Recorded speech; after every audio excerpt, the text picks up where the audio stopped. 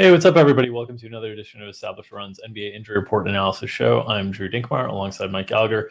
Just a 3-game slate, so this will be a pretty quick show today. I know both Mike and I are enjoying the small slate reprieve from these monster slates. We've got another one on tap tomorrow, so I'll keep it light here so Mike and I can get away from the screen for a little bit. Mike, how are you doing today? Pretty good, yeah. Writing matchups for tomorrow for this monster. Got all the pressers done. A lot of really good comments, and we've got trade rumors to factor into tomorrow for the Pacers and the Blazers. So, man, you got the Steph stuff tomorrow. Steph wants to go for the record tomorrow. Going to be chucking. Pretty pumped for tomorrow. The record that Steph needs tomorrow is 15 to tie Ray Allen's all-time record and 16 to break. And the individual game record is 11. Is that right? Clay 14, I think, right? Oh, it's 14. Okay. What is 11? 11 might be steals or something. I don't know. So essentially trying to get all the records all at once in one night will be interesting to see how hard he really pursues that. And they're on a road trip, so love a good narrative. Well, that's the reason that people are speculating is they have like a 4 or 5 game road trip after this. So Steph potentially wanting to get it done in front of the home fans, but. So good. Stick to tonight's slate, just 3 games. Not too much on the injury report because we already got some clarity. Well, at least we think some clarity. We've seen some probable tags turn wrong, like they did with CJ McCollum last night. But Luka and Kristaps and Tim Hardaway Jr. for the Mavs were all ruled probable. We'll talk about them in a second. Let's start with the questionables on the slate. The big one is in this late game with Boston, where Jaylen Brown is questionable. This hamstring situation has lingered. There's been, reconditioning and minutes limits and then sitting. And it just seems like it hasn't, they haven't really figured it out. We've got Jaylen projected in right now just because I think it's the best way to approach the slate, given it's a late game. And I don't think there's a lot of clarity on this situation. He did miss their last game. What are your thoughts on Jaylen's availability tonight? And do you think we'll get clarity in advance of lock tonight? No. I think if we do get clarity, it'll be him getting ruled out early. But if he's going to play, he's for sure going to be a game time decision. So that's and then the add to the fact that it's a back-to-back. There were some quotes from Ime Udoka saying they didn't want to return him early, basically revealing and quite obviously that they returned him too soon the last time, which anyone who knows hamstrings thought they brought him back too soon. That's unofficial, but just based on what I've seen. But he said they want to bring him back at 85 to 90%. So I think there's a pretty good chance he sits. Also talked up Dennis Schroeder's availability in his press conference in the last one for practice. Also mentioned that Jason Tatum, he's fine playing him, over 36 minutes without any issues. So he could be playing a whole bunch. They mentioned Al Horford getting rest spots could also open up his minutes. So all the comments, you piece it together. And it certainly sounds like Jaylen Brown's going to miss. But as you said, it's kind of irresponsible to jump to that conclusion given the nature of the slate for Jaylen to possibly miss this one. So the big things that we've seen in the past when Jaylen has missed is Dennis Schroeder has moved into the starting lineup, and he's had a huge difference in his usage rate in games with Jaylen and games without Jaylen. In games with Jaylen, he's been around 21%. In games without Jaylen, he's been around 28%. So he's the one who's really taken on the bigger load. Jason Tatum's usage rate has increased from about 31.5 to about 33.5, something like that. While the sirens hone in on me once again. And then we've also seen increased playing time for guys like Romeo Langford, Aaron Nesmith, Grant Williams. Grant Williams has mattered a little bit more when it's been either Time Lord or Al Horford. But there have been scenarios where they've been willing to increase his minutes as well. So I think, from a DFS perspective, in terms of preparing for this injury, really all you have to know is that Dennis Schroeder improves dramatically as a play. Jason Tatum gets a little bit better as well. And everybody else doesn't have a huge swing in terms of their projection. Josh Richardson, I guess, as well. He gets more playing time in the games Jaylen Brown is out. But from a relevant perspective, now a lot, you get deeper into rotations on a 3-game slate in terms of guys that could be relevant. But primarily Dennis Schroeder and Jason Tatum are the ones who benefit here if Jaylen Brown is unable to go. Yep, I think you said it. Yeah, Marcus Smart, his actually stats have been pretty similar. He hasn't really got that usage boost, and the ball handling is a little bit higher, but yeah, his usage has actually been better with Jaylen in games than it has, which is actually kind of like not super surprising, just because Schroeder is so ball dominant that it's not super surprising to me that when Jaylen's in, like Smart's more of the like primary spot up shooter. When Jaylen's not in, they get a couple more spot up guys around and they run a lot of pick and roll with Schroeder. Yep. Okay. Yeah, I think Tatum's minute stealing could be really high. Like they talked about that Utah game where they played him a bunch, and Udoka was basically like, no big deal. He says he takes care of his body better than anyone he's ever seen in his age, and he's in training, like talking to the training staff, like they're all in lockstep. And it could be like he played 30 in the Utah game, the overtime game. He gets his minutes way up there, so could be good for him. On the other side of that game, Carmelo Anthony is questionable for the Lakers. I don't think this moves the needle. I mean, fine, this is the first Lakers game in a while we've had where like AD and LeBron aren't questionable. They're both probable, I believe. If Melo sits, like Melo's now down to like a low 20-minute role when everybody's healthy and moving Dwight into the starting lineup here. So I think it's more, if Melo's out, it improves the minute ceiling for the main guys a little bit more, but I think it really helps like THT, Malik Monk, specifically Malik Monk, because I think he feels like Carmelo's like spot up shooting type of role. And I also, I feel like we could see Kent Bazemore back in our lives if Melo sat, just because I think they might need to start looking at different lineup combinations to get like, they've done the Avery Bradley thing, and then Bradley, did not play last game. But I think like Bazemore is probably their best wing defender, and they might just need to start like using some of those like the THT, Russ, LeBron, AD lineups. I just think are like putting in too much usage and ball handling all into one lineup, and I think they need to split those up a little bit more. But that's totally speculation on my point. If Melo is out, that we might see Bazemore back in our lives. From a DFS perspective, I think it's almost totally irrelevant, this questionable tag. Yeah, I'm with you. Definitely, I think Malik Monk will be the guy. They're going to need spacing. That's really the primary reason why Melo is getting minutes, according to Frank Vogel, is because he provides a lot of spacing for their offense. So they're definitely going to need a lot of shooters in that second unit. Wayne Ellington's minutes have kind of been down. Don't really have much information on this illness stuff. So we'll see. Yeah. And at best, it's probably going to be game time. Yeah. All right, let's talk about the Mavericks. THJ, Tim Hardaway Jr., Kristaps Porzingis, and Luka all upgraded to probable today after being questionable last night.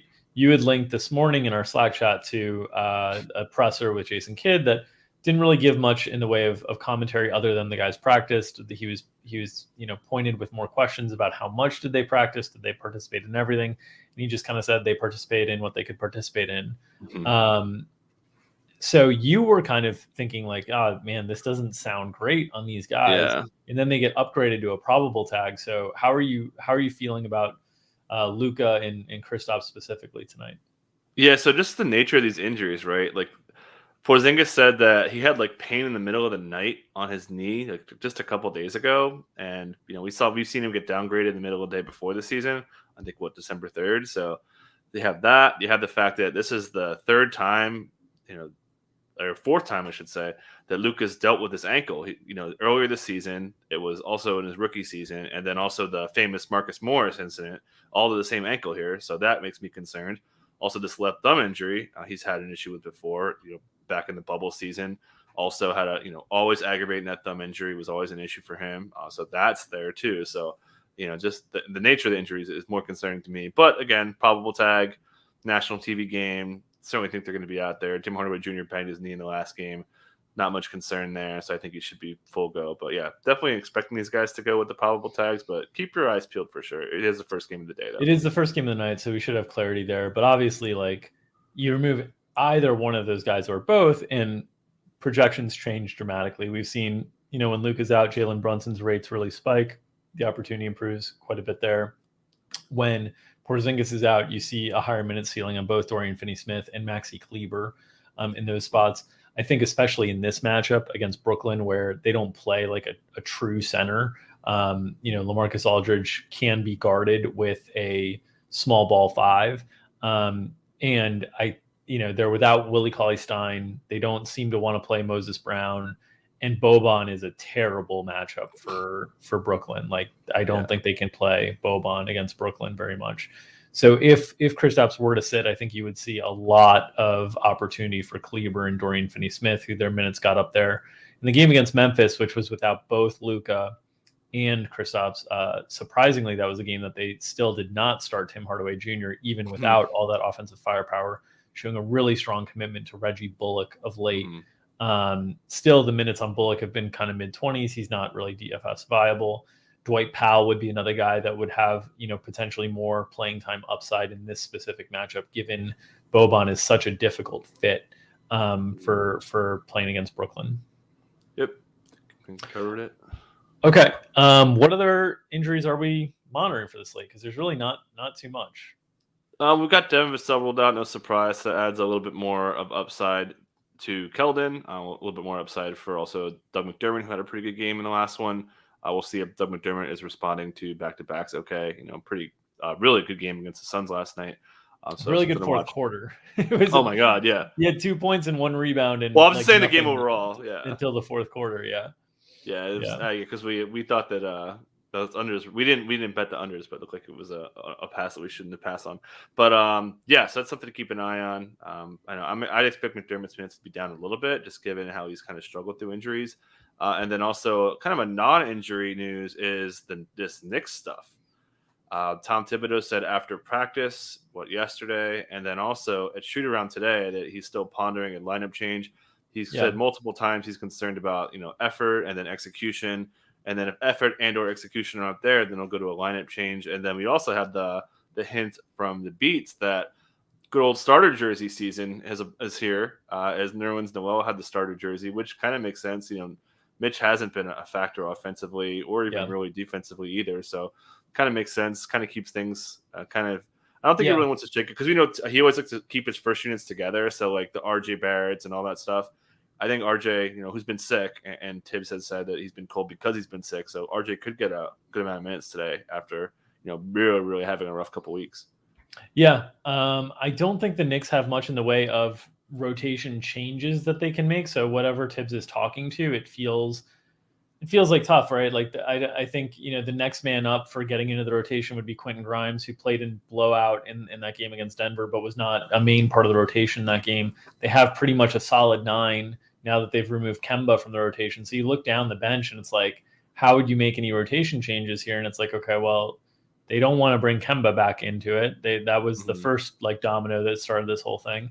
And then everybody else doesn't look like they're really good enough to kind of play in that. So you're now, this kind of makes sense that it would be a small change where it's like shifting Noel, into the starting lineup over Mitch Robinson or different things like that. Noel and Mitch Robinson are like totally interchangeable pieces. I think Noel's a little bit more reliable in terms of defensive coverages and different things like that, but really not much. And Mitch is a little bit bigger. The opponent tonight going up against San Antonio, I actually think you'd want Mitch's size against Poeltl a little bit more than Noel, but I think they're just searching for things and they don't really have a lot of things to pull at. So I do think, as we know with Tibbs, the minutes can get really elevated on starters or specific units. So I do think this will be hot handy in terms of the ceiling on the minutes, where you'll run into some games where the starters end up getting into the upper 30s, and some games where they're stuck in the mid to upper 20s because the differences in units and whatnot. I do think in terms of how guys have been playing of late, I think Quickly and Rose, their minutes relative to what they've looked like on paper over the last few games are really, really vulnerable with RJ Barrett, if RJ Barrett is healthy enough to play his normal amount of minutes, because that's really what spiked both Quickly and Rose of late. So that's kind of my thoughts on the Knicks. Yeah, 2 things to add. Yeah, it's not like Barrett's been practicing a bunch, according to Tibbs, and then the other wild card rotation wise will be if we get more Top and Randall stuff. That's something to kind of keep an eye on. Yeah, and that stuff you could pull off against San Antonio for sure. So matchup wise, it's definitely something that they could do. Obi's played well. They just haven't had as much time for him. So that's a way that you could cut out some of the minutes for Mitch or Noel in that spot.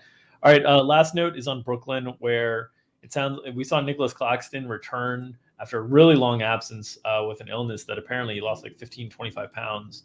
Yeah. And he played a little bit 2 games ago, but then wasn't in the rotation last game, which was on a back-to-back. And then we kind of thought there was a chance that he would be because Aldridge usually isn't playing heavy minutes on back-to-backs, and then he wasn't out there at all. And it sounds like, we're probably not going to be seeing much of Nicholas Claxton. Yeah, Nash was asked about him, and it was very much like a long-term answer. Didn't really have any encouraging quotes on him in the short term. So should see a lot of Aldridge. Paul Millsap's been playing better as of late too. So possibly he's obviously clearly ahead of Blake Griffin. So certainly makes sense for Millsap to get a little bit of burn there too.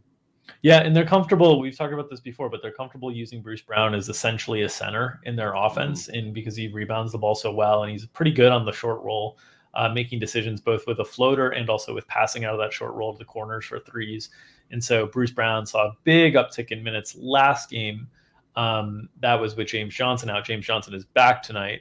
But I think between James Johnson, between Millsap, between Aldridge, Bruce Brown, they have enough bodies to kind of cover this position the way that they want to. So they can bring Clax along very slowly, certainly. And then a little more evidence on the Mitch stuff that just came out now. Mitch Robinson said, "I'm getting tired real quick. I run for about 6-7 minutes, and then boom, I'm gassed." So writing certainly seems like it's on the wall for Nerlens over Mitch here. Yeah, that's an interesting quote for a player to give. That's surprising. Yeah. Surprisingly vulnerable, but shout out to Mitch for being honest.